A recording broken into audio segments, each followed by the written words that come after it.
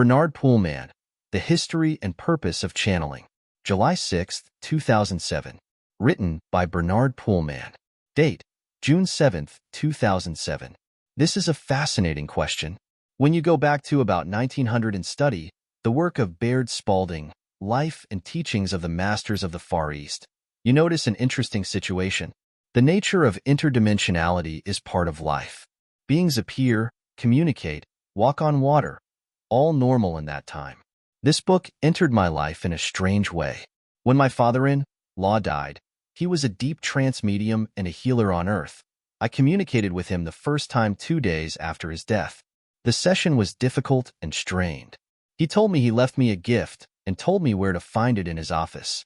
These books really tickled my fancy and interest. This event took place in the early 1990s. This was the last time I spoke to my father-in-law till the interdimensional portal opened. Not that I did not attempt to contact him. I tried all the time, because we used to investigate and discuss interesting topics all the time, but to no avail. He remained silent. What he explained to me once we were face to face at the portal was that to make sure he was not recycled to Earth by the white light, he had to act as if he was mad. When beings acted mad in the dimensions, they were normally left alone as the white light did not see them as a threat that they could wake up from their conditioning. I studied the books of Baird Spalding and found something fascinating. Although much of what was to come and technologies to be discovered was indicated, by the 1950s all disappeared. Even the publishers indicated that since Spalding's death no one knew where the stuff is he referred to in his books or what happened to the information. I followed the channelings of all beings I could find, tested the practical workability of it here on Earth. Will this change the experience of us here on Earth? Was the question I asked. Is this how God wanted me to experience him as his image and likeness? Some of the channeled information I experienced as real in my reality, although it became clear only as real as I would believe in it and create it as I see it as part of myself. I used kinesiology to infuse and test applications. I did this for a period of 12 years. I established my own library and collected books, looking for the answer that was apparently me, but I simply could not find it. I went into seclusion to meditate and silence, all to no avail. The reason? I am still here. And this here is the world. I must pay rent, buy food, educate children. Nothing made sense. The channels were disseminating beautiful words and inner experiences which I applied and followed, but it made no practical difference to hear. I listened to people giving discourses and teaching about channels and new energies. Fascinating. When you got close to them, you could see. They are not living or becoming in all of their experience what they are teaching. A separation occurs. They still pay rent, need money for food, and are slaves to a system. The system that controls this reality. Unless they get enough people to believe in the channels and buy products related to the channels, their work was to no avail and their lives end in misery. Many lives did end in misery or giving up. The question was why? All these words of hope, of beautiful inner experiences, no change to the here of the world, no change to our reality. I contemplated and tested. Let me be in a cave as a sage and find peace and nirvana. Will I able to be present here and be able to make a practical, substantial difference? What is directing the here we experience as the world in our day-to-day participation? Why did the words and examples of Jesus or Osho or Buddha or any being that reached inner greatness not make a difference to the here in this world?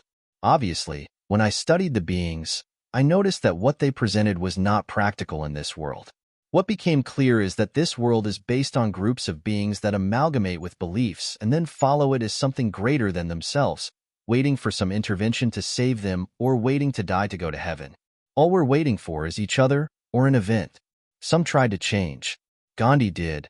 But look, he changed a country, but not the people. Mandela, he changed a country, but not the source of the people or how the people acted. He did nothing to change the self-directed principle in the being as the being. He could not. Each must do that for self. It was clear that we are at some level responsible, but we seem unable to understand this responsibility while we are in the middle of survival and making money. Eventually, I distanced myself from the channels and psychics. I could get no practical way that will make a difference in this world. It was clear that here in this world, we are alone and that not any one man in this world will make a difference. We require agreement between all.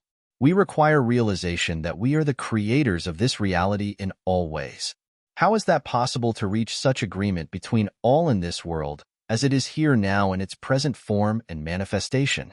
Impossible with everything that we know and understand now, impossible in all religions.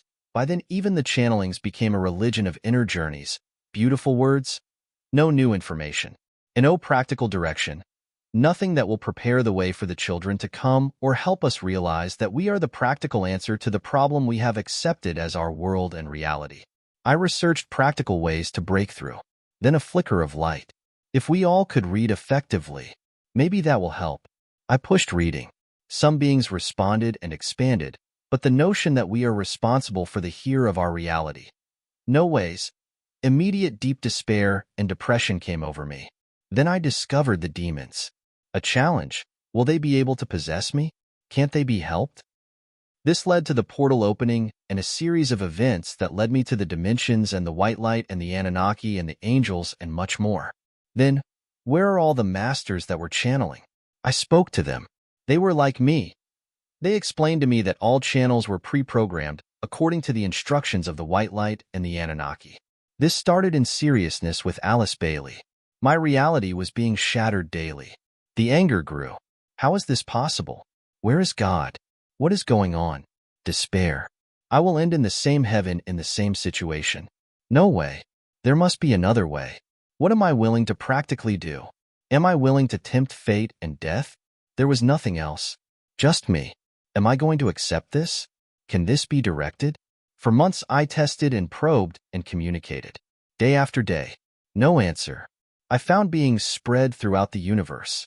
Many were in absolute despair. They said to me there was no answer. They have tried. God abandoned creation? Or was there no God? Is there only me? Have I done this to myself? I looked at all practical possibilities. If we direct this situation, where is an answer possible?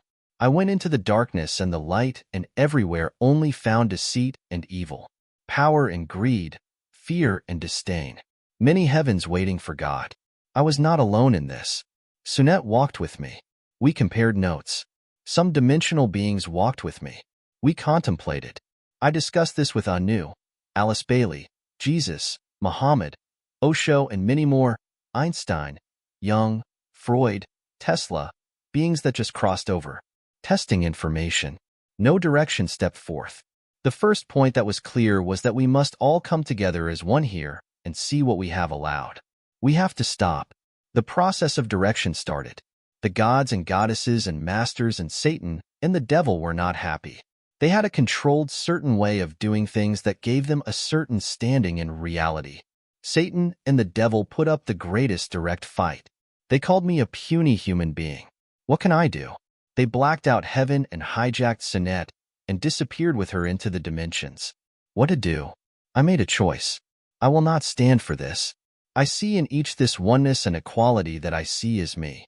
We each have this we can call life. I must interfere. I must act and prove that there is something more. I acted, and with the assistance of some beings, all was brought together as one. Still there was fear and deceit. What if God returned? We have turned heaven upside down. We will deal with God when it is here, but if I look at it, God would be really pissed off if he sees what we have allowed reality to become. All we have to work with is here in this moment. We must act. If we wait, we will keep on experiencing what we have allowed ourselves to become. We closed the channels and found all the ways it worked. It was explained. Yet, channeling continued.